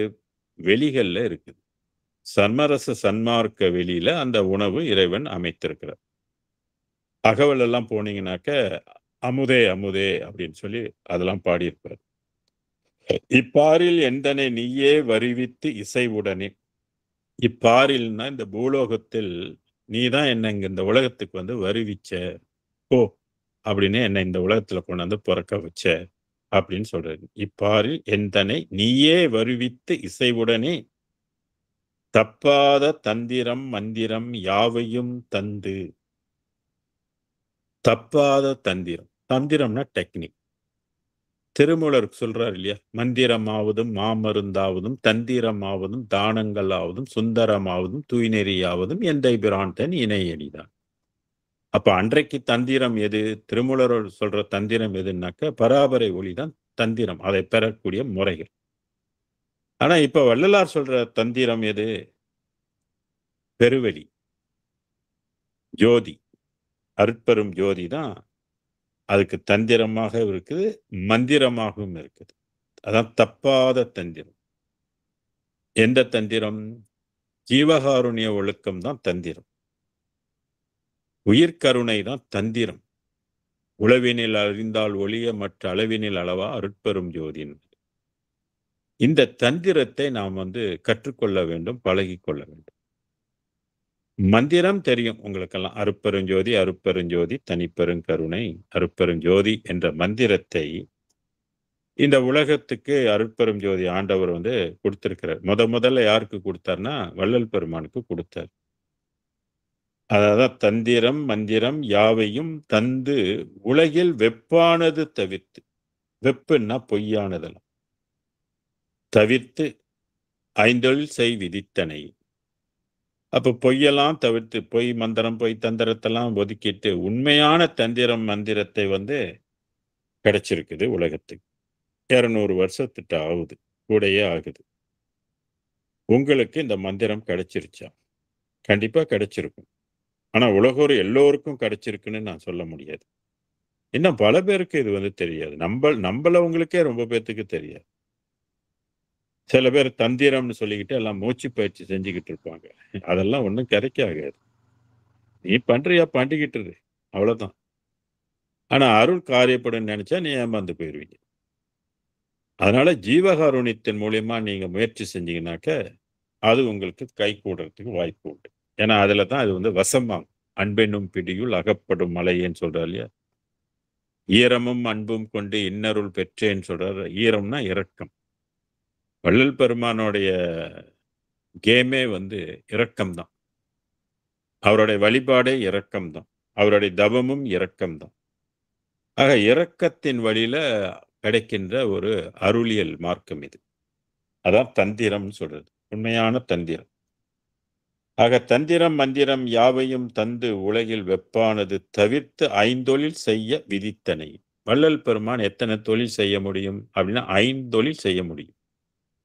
அழிப்பது பொதுவாக நம்ம என்ன சொல்லுவோம்? 5 தொழில்னாக்க படைத்தல், காத்தல், அழித்தல், மறைத்தல், அருளல் என்று சொல்லுவோம். ஆனா இங்கே அருட்பெருஞ்சோதி கொல்லும் தொழிலை அது செய்யாது. அதான் "கொல்லா நெறியே குருவருள் நெறியென பல்கால் எனக்கு பகர்ந்தமை சிவமே" என்று குறிப்பிடுவார் அகவல்ல. அப்ப ஐந்தொழில் என்ன அப்படின்னாக்க, இது படைக்க முடியும், காக்க முடியும், துரிசு நீக்க முடியும், அருள் செய்ய முடியும், பக்குவம் வருவிக்க முடியும். இதான் ஐந்தொழில். அருட்பெரும் ஜோதிய வணங்க வணங்க நமக்கு வந்து பக்குவம் வந்து மாறும். ஒரு நொடியில சில பக்குவத்தை வந்து குடுத்துரும். தவத்துக்கு உரிய பக்குவம், பிறப்பை ஒழிப்பதற்குரிய பக்குவத்தை தந்துரும். அதே நேரத்துல இது துரிசு நீக்கும். துரிசுன்னா அழுக்கு. அண்டத் துரிசு, அகிலத் துரிசு, பிண்டத் துரிசு, பேர் உயிர் துரிசு, அண்டற அடக்கும் அருட்பெரும் ஜோதி. எல்லாமே அழுக்கு புடிச்சு கிடக்குது உள்ளுக்கு. அசுத்தம், அசுத்த உயிர், அசுத்த உடம்பு, அசுத்த மனம். அதனாலதான் ஒரு சித்தர் சிவவாக்கியர் பாடுவார். "அழுக்கற தினம் குளித்து அழுக்கறாத மாந்தரே, அழுக்கிருந்த தெவ்விடம் அழுக்கில்லாத தெவ்விடம், அழுக்கிருந்த அவ்விடத்து அழுக்கறுக்க வல்லிரேல், அழுக்கில்லாத ஜோதியோடு அணுகி வாழல் ஆகுமேனர்." இந்த அழுக்கு போக்குவதற்குதாக இறந்த பின் நம்மளுடைய இந்து மக்கள் என்ன சடங்கு செய்வாங்கனாக்க, இந்த சீயக்காய், எண்ணெய் இதெல்லாம் போட்டு பிரேதத்துக்கு வந்து ஒரு அருகம்புல்லுல வச்சு நெத்தியில வந்து எல்லாம் பூசுவாங்க. இத எதை குறிக்குன்னா, அழுக்கு போக்கணும். அப்படி சேக்கா வச்சாலே அது அழுக்கு போக்கணும். முடின்னா ஒளி, முடின்னா உயிர் என்றும் பொருள். அப்ப முடிய தடவும்போது அது அழுக்கு போக்கணும் அப்படின்றது ஒரு பாடம் கற்பிப்பது. அதனால ஒண்ணும் செத்து போனவங்களுக்கு வந்து அழுக்கு போக போறதில்ல. அவரும் முத்தி அடைய போறதில்ல. இறந்து போயிட்டாக்கா நிச்சயமா திருப்பி பிறப்பு உண்டு. எல்லாம் உயிரோட இருக்கும்போதே அழுக்கு நீக்கணும்னா அருளை பெறணும். அருள் என்ற சீர் வேணும். நீங்க பொருள் சீர கொண்டு போய் ஒண்ணும் சுத்தம் பண்ணி ஒண்ணுத்துக்கும் ஆகாது. சும்மா அப்படியே ஒரு மேப்பா நம்ம செஞ்சுக்கிட்டு இருக்கலாமே ஒழிய, அதனால இறந்தவர் ஒரு கதியும் அடைய மாட்டார். பிரம்மா அவர மீண்டும் பிறக்க வைப்பார். பிறந்து நீங்க மறுபடியும் உண்மையான அழுக்கு போக்குறதுக்கு வழி தேடணும். அதனால தான் இங்க வந்து ஐந்தொழில்ல வந்து துரிசு நீக்குதல் அப்படின்னு சொன்னோம். துரிசுன்னா அழுக்கு, அழுக்கை போக்கக்கூடியது. அழுக்கு போக்குனா தான் சுத்த உடம்பு வரும். முத்தேக சித்தின்னு சொல்றோம் இல்லையா? சுத்த உடம்பு, பிரணவ தேகம், ஞான தேகம் என்று 3 தேகங்கள்லாம் சுத்தம் செஞ்சா, அது வந்து நமக்கு சுத்த தேகமாக இதாகும். இல்லன்னா அசுத்த தேகமாக தான் இருக்கும். ஐந்தொழிலை வந்து இப்ப நம்பலாம் வள்ளல் பெருமானை வணங்கி, நம்ப இறந்தே போயிட்டோம்னு வச்சுக்குவோமே, நம்மளை மீண்டும் பிறக்க வைக்கின்ற பொறுப்பு வள்ளல் பெருமான் கையில இருக்கு. ஏன்னா, அவர் சொல்றார்ல, "என்பால் வருபவர்க்கின்றே அருள் ஈகின்றேன், ஈகின்றேன், ஈகின்றேன் என்றேன்றார்." ஆக ஜீவகாருண்ய வழியில நீங்க வந்து வழிபாடு அமைத்துக் கொண்டால், உங்கள யார் பொறுப்பெடுத்துக்குவார்னாக்கா, அருட்பெருஞ்சோதி ஆண்டவரே பொறுப்பெடுத்துக்குவார். அல்லது வள்ளல் பெருமானே உங்களை பொறுப்பெடுத்துக்கிட்டு, எங்க பிறக்க வைக்கணும், அந்த பிறப்புல என்னென்னலாம் குடுக்கணும்னு அவரை மீண்டும் உங்க வழிக்கு அவரு நம்மளை மீட்டுக் கொள்வார். ஏன்னா, இன்று வருமோ, நாளைக்கே வருமோ, அல்லது மற்ற என்று வருமோன்னு சொல்றாரு இல்லையா? ஒரு கால் இந்த ஜென்மம் தவறினால், மறு ஜென்மத்தில கிடைக்கலாம். மறு ஜென்மம் தவறினால், அடுத்த ஜென்மத்தில கிடைக்கலாம். இது வந்து தொடர்ந்து பிறப்பை இழுத்தடிச்சுக்கிட்டே போகாது. இது விரைந்து பிறப்பை முடிக்கின்ற ஒரு மார்க்கம். அதனால ஒரு ஜென்மத்தில நம்ம பாடுபடணும். இது ஒன்று தான் மேலேறும் வீதி, மற்ற வீதிகள் எல்லாம் கீழ் செல்லும் வீதின்னுவாரு. ஆக நீங்க இத சன்மார்க்கத்த புடிச்சுக்கிட்டு, ஜீவகாருண்யம் ஒழுக்கத்தோடு இருந்தீங்கன்னு சொன்னா, கண்டிப்பாக நம்மளுடைய துரிசு வந்து நீங்கும். மேலும் சத்து விசாரணைலாம் செய்து கொண்டு வர வர, மேலும் உங்களுக்கு உறவு வந்து வலுவாகும். அருட்பெருஞ்சோதிக்கும் நமக்கும் உள்ள உறவு, அந்த இடைவெளி வந்து குறையும். அணுக்கமாக மாறும். இப்படி மாறும்போது தான் பிறப்பை ஒழிப்பதற்குரிய பக்குவம் நமக்கு ஏற்படுத்தும். இல்லன்னா, "மண்ணிற் கலங்கிய நீர் போல் மனிதர்கள்ன்னு" சொல்லுவாங்க. "எண்ணிற் கலங்கி இறைவன் இவன் என்னார்." மழை பெஞ்சா தண்ணி வந்து எந்த மண்ணுல சேர்ந்து அந்த தண்ணி அந்த மண்ணின் தன்மையை பெறுதோ, அதுபோல மனிதர்கள்லாம் கலங்கி இருக்கிறாங்க, தெளிவு இல்லாமல் இருப்பாங்க அப்படின்னு திருமந்திரத்துல திருமூலர் சொல்றார். அதனால் நாம் வள்ளல் பெருமானையே அருட்குருவாக, தெய்வமாக, குலதெய்வமாக, உண்மை தெய்வமாக நம்ம ஏற்று வழிபாடு செய்தால், ஆன்மாவுக்கு மிகப்பெரிய ஒரு லாபம் இந்த ஜென்மத்திலே நமக்கு பெறுவதற்கு, அடைவதற்கும் வழி பிறக்கும். அதுக்கு நம்ம முயற்சி பண்ணணும் இல்லையா? ஓகே. அடுத்த பாடல். "விதித்தன என்னை நின் தன் மகனாக." வள்ளல் பெருமான் வந்து இறைவனுடைய மகனாக, அருட்பெரும் ஜோதியோட மகனாக, இப்ப ஜீசஸ் சொல்றாரு இல்லையா, "ஐ அம் சன் ஆஃப் காட்ன்றார் இல்லையா? கிறிஸ்தவங்கலாம் சொல்லுவாங்க. ஜீசஸ் யாருன்னா, இறைவனுடைய மகன் அப்படின்னுவாங்க. அது 7வது வெளி தான். இங்கே வள்ளல் பெருமான் 12 வெளிகளையும் கடந்து இருக்கின்றார். "விதித்தன என்னை நின் தன் மகனாக." அதனாலதான் பேருலகெல்லாம் மதிக்க தன் பிள்ளை என்று பெயரிட்டு அழைத்த சீருற செய்தது பாரிற் திருச்சிற்றம்பல திருநட ஜோதின்பர்.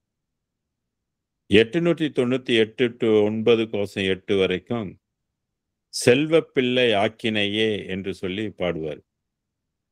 ஆக இறைவன் நம்மளை ஆட்கொண்டு அவன் உலகத்துக்குரிய பிள்ளையாக நம்மளை வந்து வளர்த்து எடுக்கணும். அவனே அமுதம் ஊட்டி ஊட்டி வளர்த்து எடுக்கணும். வள்ளல் பெருமானே அப்படிதான் ஊட்டி வளர்த்து எடுத்தாரு. அதனால வள்ளல் பெருமான் இங்க சொல்றாரு, இறைவன் விதித்தான் என்னை தன் மகனாக. அது மட்டும் இல்லாம விதித்து உள்ளத்தே பதித்தனை. சபை எனதுளமென தான் அமர்ந்து அறியுமோர் அருட்பெரும் ஜோதியினர். உள்ளத்தை பதித்தனைனர். அப்ப அவருடைய உள்ளத்துல அருட்பெரும் ஜோதி ஒளி பதிந்து விட்டது. இப்ப இருளா இருக்கின்ற இந்த வெளியில காலையில பார்த்தீங்கன்னா சூரியனோட ஒளி பட்டுன்னு எல்லாம் வெளிச்சமாயிரும். அந்த ஒளி பதிந்துரும். அந்த வெளிகள்ல இருள் வெளியாக இருக்கின்ற ஒன்றில் அந்த சூரிய ஒளி பதிஞ்சுன்னா வெளிச்சமாயிடும். அதுபோல வள்ளல் பெருமானுடைய அகம் கருத்து இருக்குன்னு சொன்னார் இல்லையா, எல்லாத்துக்குள்ளேயும் அகம். அவருடைய அகம் ஒளியாக ஆகிவிட்டது. விதித்து உள்ளத்தை பதித்தனைன்னு என்னுட் பதிந்தனை. இறைவனே அவர் உள்ளக்கு பதிந்து கொண்டான். சிற்றம்பல நடமும் உதித்தொழிற் பொன்னம்பல நடமும் ஒருங்கே. நடம் இருக்கின்றது. அது ஒரு சொஃபேர்னு சொல்லுவேன். சிற்றம்பல சொஃபேர், பொன்னம்பலம் சொஃபேர்னு பல சொஃபேர் இருக்கு இறைவன்கிட்ட. அதுல அதை சொல்றாரு, சிற்றம்பல நடமும் ஒளி பொன்னம்பல நடமும் ஒருங்கே இங்கு எனக்கே கதித்தழியாமையும் இன்பமும் கைவர காட்டினது. இங்கே எனக்கு இறைவன் அழியாமையை எனக்கு காட்டினான் அப்படின்னு சொல்றாரு. ஸோ இந்த அழியாமை என்று சொல்லக்கூடியதான் மரணமில்லாத பெருவாழ்வு அப்படின்னு சொல்றாரு. கதித்து எனக்கே கதித்து அழியாமையும் இன்பமும் கைவரக்கால். அதான் எல்லா உயிர்களும் இன்புற்று வாழ்க. அப்ப இன்பம் எங்க இருக்குதுன்னாக்க 5 புலன்களுக்குள்ள உட்பட்டது இன்பம் மிக மிக கம்மி. சிறு இன்பம், சிற்றின்பம் சொல்றது. அந்த சிற்றின்பமே நம்ம பெருசுன்னு நினைச்சு அதையே தேடிக்கிட்டு கடந்தோம்னாக்க ஏமாந்துரும். உண்மையான இன்பம் கடவுள் இன்பம். அது அந்த இன்பம் எங்க இருக்குன்னா பெருவெளியில தான் இருக்குது உண்மையான இன்பம். பராபர உலகத்தையும் கடந்து இன்ப உலகம் இருக்குதுன்னா பாத்துக்கலாம். அந்த இன்பத்தை அடைவதற்கு தான் ஜீவகாருண்யத்தில் உள்ளவங்களுக்கு தான் அந்த இன்ப உலகத்தை இறைவன் நமக்கு கொடுப்பாரு. அது கைவர காட்டினையேன்னு வெள்ளலாருக்கு அந்த உலகத்தை இறைவன் காட்டினான். காட்டினை அடுத்த பாடல். காட்டினை ஞான அமுதலி தாய் நற்கனக சபை ஆட்டினை என் பக்கம் ஆக்கினை. இறைவன் வள்ளல் பெருமானுக்கு அந்த அருட்பெரும் ஜோதி உலகத்தை காட்டினார். இதத்தான் வள்ளலார் சொல்றாரு, இந்த உலகத்தை இதுவரையில யாரும் கண்டது இல்லைனர். அப்ப கண்டதெல்லாம் எதுன்னு கேட்டாக்க, கண்டதெல்லாம் அனித்தியத்தை கண்டிருக்கிறாங்கன்னு சொன்னது. ஞானசரியல்ல முதல் பாடல் இருக்கு இல்லையா, கண்டதெல்லாம் 15:33 ஏதோ ஒரு பாடல்.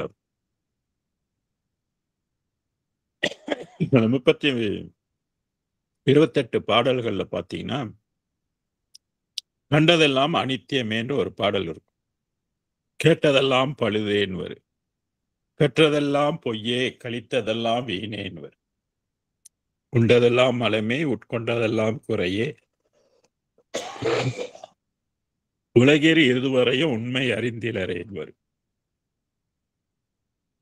உலக மக்களுக்கு ஆறாந்த நிலைக்கும் எட்டி நின்று பார்ப்பவர்க்கு எட்டாது தோழியினர். இதுக்கு முன்பு அருள் விளக்க மாலையில பதிகள் பல கோடி கோடின்னு 6 அந்தத்திலையும் பதிகள் பல கோடின்னு சொன்னவரு அனுபவ மாலையில சொல்லும் போது இந்த 6 அந்தத்தில் உள்ளவங்களுக்கும் எட்டி நின்று பார்க்கும் எட்டாதுன்னாரு அருட்பெருஞ்சோதி. அப்படிப்பட்ட உலகத்தை வள்ளல் பெருமானுக்கு இறைவன் காட்டினான். பாரு, இந்த உலகத்தை பாரு, இதோட எல்லைய பாரு, எப்படி இருக்குன்னு பாரு, எவ்வளவு தூரத்துக்கு இருக்குன்னு பாரு இந்த உலகம் அப்படின்னு பாட்டினார். அது பார்த்தாக்க எல்லை காண முடியல, அப்படி இருக்குது அது அந்த உலகம். எங்கும் நீக்கமர இருக்குது. அது ஒளி எல்லா உலகத்துக்குள்ள ஊடுருவிலாம் இருக்குது. அப்படிப்பட்ட ஒரு உலகத்தை, ஒளியை, ஒளி உலகத்தை வள்ளல் பெருமானுக்கு இறைவன் காட்டினார். யாருக்கும் காட்டாது, யாரும் காண இயலாதது. அப்ப வள்ளலார் டிஃப்ரெண்ட் டைமென்ஷன். இது அது மட்டும் இல்ல, ஞான அமுதளி தாய். அந்த அமுதம் உண்ண ஞானமும் சேர்ந்து வளரும். அது நம்பலாம் இப்ப உணவு சாப்பிட்டாக்க அறிவு வளராது. மூளை வளர்ச்சி இருக்கும். ஆனா அறிவு வந்து படிக்கணும். அதுக்கெல்லாம் பள்ளிக்கூடம் இருக்குது. பிள்ளைங்கலாம் ஏன் பள்ளிக்கூடத்துக்கு போனா அறிவை பெற்றுக் கொள்வதற்கு. இல்லன்னா வீட்லயே வச்சுட்டு நம்மலாம் சோறு குடுத்தோனே அறிவு ஆட்டோமேட்டிக்கா வளரணும்னு சொல்லியிருந்தா பள்ளிக்கூடம் தேவையே இல்லையே. இங்க வள்ளல் பெருமான் எந்த பள்ளிக்கூடத்துக்கும் போல, எந்த ஆசானங்கிட்டயும் கற்றுக்கொள்ளல. ஆனா அமுதம் உண்ண உண்ண அறிவு வளர்ந்தது அப்படின்னு சொல்லுவாரு. அதுக்கு பேர் தான் ஞான அமுதம் அளித்தாய்ன்னு சொல்றது. ஞானம் வளருது. அதனால அது ஞான அமுதம் அப்படின்னு சொன்னது. நற்கனக சபை ஆட்டினை. நற்கனக சபைக்கு உடையவராக அந்த உலகத்துக்குரிய இயக்கவாதியாக அவர் பக்கம் வந்து இறைவன் ஆக்கினான். இப்ப வள்ளலார் அதனால தான் நானே சன்மார்க்கம் நடத்துகின்றேன்னு சொன்னார். ஏன்னா இவர் அந்த கனக சபை ஒளியாக இவர் விளங்குகின்றார். சில பேர் என்ன நினைக்கிறாங்க, இவங்க சங்கம் அமைச்சுக்குவாங்க. அவர் வந்து இத நடத்துவாருன்னு அப்படி பேசிக்கிட்டு இருக்கிறாங்க. சரி பேசிட்டு போட்டோம். அவங்க அறிவுக்கு அதான் விளங்குது. என்ன பண்றது? நீங்க உண்மையான சன்மார்க்க சபையை நடத்துபவர் யார்? ஒளி உலகத்தை நடத்துபவர் யார்னா, அருட்பெரும் ஜோதி. அதனால தான் ஆட்டினை என் பக்கம், ஆட்டினை என் பக்கம்னார். ஆக்கினை மெய்ப்பொருள். வள்ளல் பெருமானை பொய்ப்பொருளாக இருந்த வள்ளல் பெருமானை மெய்ப்பொருளாக அவர் ஆக்கினார். அதனால தான் அகவல்ல கூட படிப்பீங்க. அருளறியார் தமையறியார் எம்மையும் பொருளறியார் என புகன்ற மெய் சிவமேன்னு. அப்ப நம்ம மெய்ப்பொருள் ஆகணும்னாக்கா அருள் தெரியணும். அருள் காரியப்படணும். அருளை நாம் சம்பாதிக்க வேண்டும். அருள் என்பது என்ன? இறைவனுடைய கருணை. இறைவனுடைய கருணை பெறணும்னா உயிர்கள் பால் நம்ம கருணை வைத்துக் கொள்ள வேண்டும். கருணை இல்ல, கொலை குற்றங்கள்லாம் நிறைய இருந்துச்சுனாக்கா அருள் பெற முடியாது. ஜாதி துவேஷம் பார்த்தோமாக்க அருள் பெற முடியாது. இழந்துரும். அது வராது. நம்மளை ஏற்றுக்கொள்ளாது. புத்தி வரட்டும்னு ஒதுக்கி விட்டுரும். அதனால மெய்ப்பொருள். அன்று வந்து நீட்டினை. அன்றுன்னா இதற்கு முன்பு ஆரம்ப கட்டத்திலே வள்ளல் பெருமானுக்கு வந்து அருளை வந்து நீட்டினார். நீட்டினார்னா கொடுத்தார்னு அர்த்தம். என்றும் அழியா வரம் தந்து நின் சபையில் கூட்டினை. நின் சபை என்பது பெருவெளி. சன்மார்க்க வெளியில் போய் சேர்க்கும். எல்லா உயிர்களும் அந்த இடத்துல தான் வந்து சேரணும். அடைக்கலம் சொல்றது. அழியா வரம் தந்து. அப்ப இறைவன் என்ன தர முடியும் மனிதனுக்கு? ஜீவகாருண்ய ஒழுக்கம் உள்ளவங்களுக்கு என்ன கிடைக்கும்னா, அழியாத வரம் கிடைக்கும். இப்ப நிமிஷத்துக்கு நிமிஷம் அழிகின்ற உடம்புல இருக்கிறோம். அழிந்து கொண்டும் இருக்கிறோம். எப்ப யாருக்கு என்ன வரும்ன்றது யாரும் உறுதியா சொல்ல முடியாது. நேத்து இருந்தவன் இன்னைக்கு இல்ல அப்படின்ற உலகத்துல தான் நம்மலாம் வாழ்ந்து கொண்டிருக்கோம். நம்ம துணிச்சலா சொல்ல முடியும். நான் என்றைக்குமே அழியாம இருப்பேன்னு யாரும் சொல்ல முடியாது. வீம்பெல்லாம் பேச முடியாது. யமனுக்கு நம்ம பதில் சொல்ல முடியாது. அவன் வந்து இழுத்துட்டு போயிருவான். ஆக அழியா வரம் தந்து அப்படின்னாக்க இறைவன் நம்மளை வந்து அழியாத பொருளாக ஆக்கிட்டார்ன்னு சொன்னா, நிச்சயமாக நமக்கு வந்து மரணம் வராது. அப்படி ஒரு வரம் இருக்குது என்பதை நாம் நினைவில் கொள்ள வேண்டும். அந்த வரத்தை பெறுவதற்கு அருட்பெருஞ்சோதி ஆண்டவரை தொழுவ வேண்டும். தொழுதால் தான் அன்பு அன்பு காட்ட வேண்டும். இறைவனிடத்தில் அன்பும் உயிர்களிடத்தில் இரக்கமும் காட்டினால் அழியா வரத்தை பெறுவதற்குரிய அருள் நமக்கு கிடைக்கும். நின் சபை, சபைனா வெளி. கூட்டினை அப்படின்னா கொண்டு போய் அங்க சேர்த்துட்டார். நான் முன்னம் செய்த தவம் யாது கூறுகவே. இப்படி ஒரு பெரும் பாக்கியத்தை நான் அடைவதற்கு, இத்தனை கோடாகோடி சித்தர்கள் எல்லாம் அடைய முடியாத ஒரு பெருநிலையை நான் அடைவதற்கு நான் என்ன தவம் செய்தேன் கூறுகவே. ஏன்னா இவருக்கு தெரியல. அதுக்கு முன்பு இவர் என்ன பண்ணாரு? கருவிலே வந்து இறைவன் கலந்து கொண்டார் இல்லையா? 9 வயசுல வந்து கலந்து கொண்டார் இல்லையா? அப்புறம் ஒரு நாள் பாதி இரவுல வந்து கலந்து கொண்டார் இல்லையா? அப்புறம் நினைக்கும் போதெல்லாம் வந்து கலந்து கொண்டார் இல்லையா? இந்த மாரி இவர் வந்து கலந்து கூறுவதற்கு நான் முன் இன்னம் என்ன தவம் செய்தேனோ கூறுகவே அப்படின்னு இறைவன்ட்ட கேட்கிறாரு. இப்ப நம்மலாம் இந்த ஜென்மத்துல செஞ்சா தானே அடுத்த ஜென்மத்திலயாவது நமக்கு கிடைக்கும். ஏற்கனவே பண்ணியிருந்தா இப்ப கிடைக்கும். இப்பதான் நம்ம வந்து கண்டுபிடிக்கிறோம் அப்படின்னாக்க, இப்பதான் ஸ்டார்ட் பண்றோம்னாக்க எப்படி உடனே கிடைக்கும்? அவரவர் பாடுபட்டது வீணா போகாது. நாம் செய்த தவம் நமக்கு கூட வரும். அப்ப ஒவ்வொரு ஜென்மத்திலும் நம்ம வந்து எந்த அளவுக்கு தவம் செய்றோமோ, அந்த அளவுக்கு நமக்கு அது நம்மளை விட்டு போகாது என்பது சித்தர்கள் எல்லாம் அடிச்சு சொல்றாங்க. நீ செய்ற தவம் உனக்கு எப்போதுமே கூட வரும்ன்றாங்க. வேற எதுவும் வீடு வரை உறவு வீதி வரை மனைவி, காடு வரை பிள்ளை, கடைசி வரை யாரோ அப்படின்னு கண்ணதாசன் எழுதினார். கடைசி வரை எது வரும்னாக்க, பற்றித் தொடரும் இருவினை பாவ புண்ணியமேனாரு பட்டினத்தார். ஏன் பாவ புண்ணியம் வரும்னு ஏன்யா எழுதுறன்னு கண்ணதாசன்ட்ட கேட்டப்ப, கண்ணதாசன் தான நான் ஞானி இல்லன்ட்டார். அத சொல்றதுக்கு எனக்கு தகுதியே இல்ல அப்படின்ட்டார். அதனால தான் யாரோ, கடைசி வரை யாரோ அப்படின்னு முடிச்சார். ஆனா பட்டினத்தாருக்காக கடைசி வரை எது வரும்னா, பாவ புண்ணியமும் கூட வரும் அப்படின்னாரு. ஆக நாம் செய்த தவம், புண்ணியம் அது நமக்கு கூட வரும். அதுதான் திருக்குறள்லயே தவம் செய்யுங்க அப்படின்னு சொல்லுவாரு. வள்ளலாரும் தவம் செய்யுங்க. பெண்கள் எல்லாம் தவம் செய்யலாம்ன்னு கூட சொல்லுவாரு. அதான் நான் முனம் செய்த தவம் யாது கூறுகவே. அப்ப முன்ன செய்த தவத்தினால் தான் இந்த ஜென்மத்தில அவருக்கு அருள் காரியப்பட்டிருக்குது. அப்ப நாமளும் தவம் செய்வோம். பெருசா ஒண்ணும் பண்ண வேணாம். உயிர்க்கருணையா இருங்க. அருட்பெருஞ்சோதி, அருட்பெருஞ்சோதின்னு சொல்லுங்க. சும்மா இருந்தா வேதங்கள படிங்க. வள்ளலாரை பற்றி தெரிந்து கொள்ளுங்க. அருட்பெரும் ஜோதிய பற்றி தெரிந்து கொண்டாலே, நாம் அது தவ முயற்சி அப்படின்னு எடுத்துக்கொள்ளும். சிந்தனை செய்தாலே தவம் தான். "எண்ணிய எனதுள் எண்ணமே இசைந்த பேரின்பமே" அப்படின்னுவாரு. எண்ணுவதே, நினைப்பதே தவம். அதான் பாருங்க ஞானசரியில முதல் வரி என்ன குடுத்திருக்கிறாரு? நினைந்து நினைந்து. ஏன் மற்ற பூஜைகள்லாம் சொல்லியிருக்கலாமா? ஏன் நினைவ சொல்லணும்? நினைங்க, நினைப்பதே தவம்.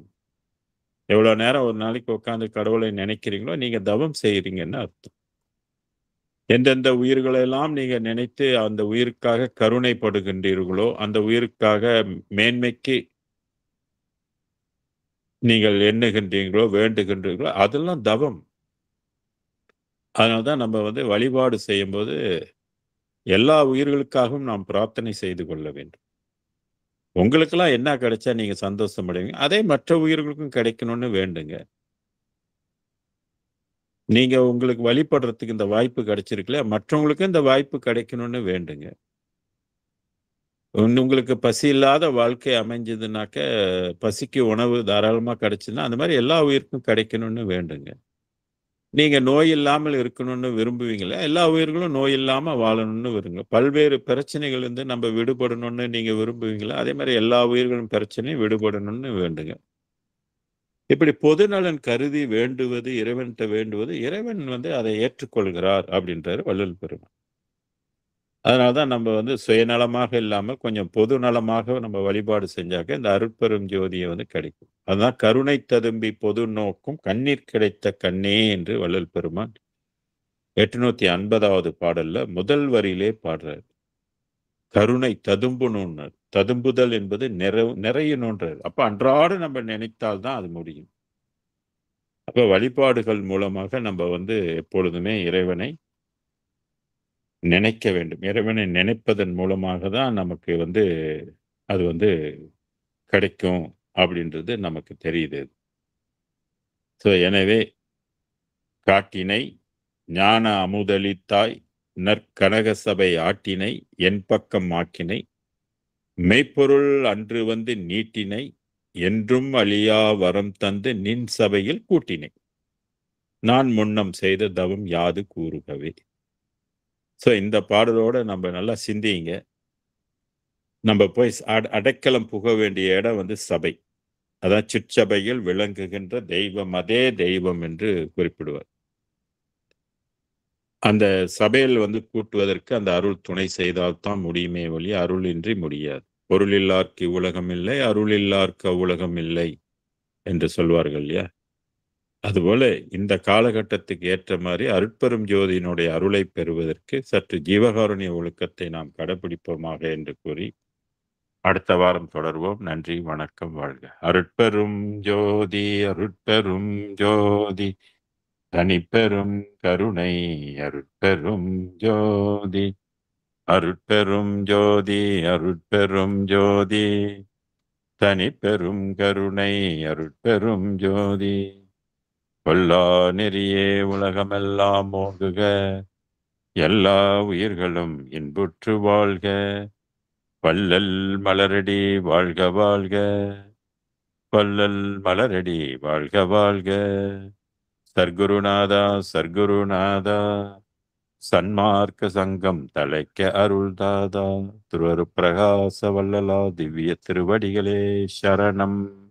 அருட்பெரும் ஜோதி அருட்பெரும் ஜோதி தனிப்பெருங்கருணை அருட்பெரும் ஜோதி குருவே சரணம் குருவே துணை அருளே சரணம் அருளே துணை. நன்றி வணக்கம். எல்லோரும் வாழ்க. நன்றி சாமி. ஐயா நன்றி ஐயா. நன்றிம்மா.